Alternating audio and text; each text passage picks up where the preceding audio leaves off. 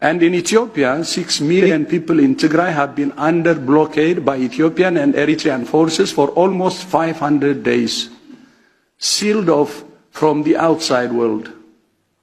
There is almost no fuel, no cash, and no communications. No food aid has been delivered since the middle of December. 83% of the population is food insecure. Our partners are running out of what little food they have and the fuel to transport it. About 3/4 of health facilities assessed by WHO have been damaged or destroyed. In February, WHO airlifted more than 33 metric tons of medicines and other supplies to Tigray, enough for 300,000 people.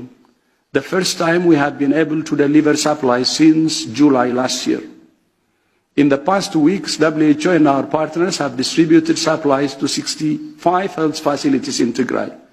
But much more is needed, and we are now preparing to send an additional 95 metric tons of supplies, but no permission has been given yet. We estimate that 2,200 metric tons of emergency health supplies are needed to respond to urgent health needs in Tigray. Only 117 metric tons have been delivered, less than 1% of what is needed.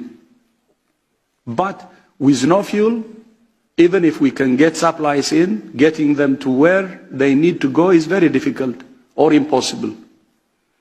The humanitarian situation in the neighboring Afar region also continues to deteriorate, with tens of thousands of people displaced and in need of food, shelter and health services. But while the neighboring regions of Afar and Amhara are also affected, we have had far better access to those two regions than we have in Tigray. What is the impact of all this? People are dying. There is no treatment for 46,000 people who need treatment for HIV. And the program has been abandoned. People with tuberculosis, hypertension, diabetes, and cancer are also not being treated and may have died. As a result of the lack of fuel, some of our partners are having to scale back their operations. The situation in Tigray is catastrophic. The blockade on communications, including on journalists being able to report from Tigray, means it remains a forgotten crisis, out of sight and out of mind. Yes, I'm from Tigray, and this crisis affects me, my family and my friends very personally. But as the Director General of WHO, I have a duty to protect and promote health wherever it's under threat.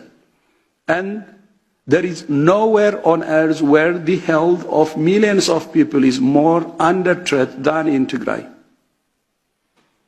Just as we continue to call on Russia to make peace in Ukraine, so we continue to call on Ethiopia and Eritrea to end the blockade, the siege, and allow safe access for humanitarian supplies and workers to save lives.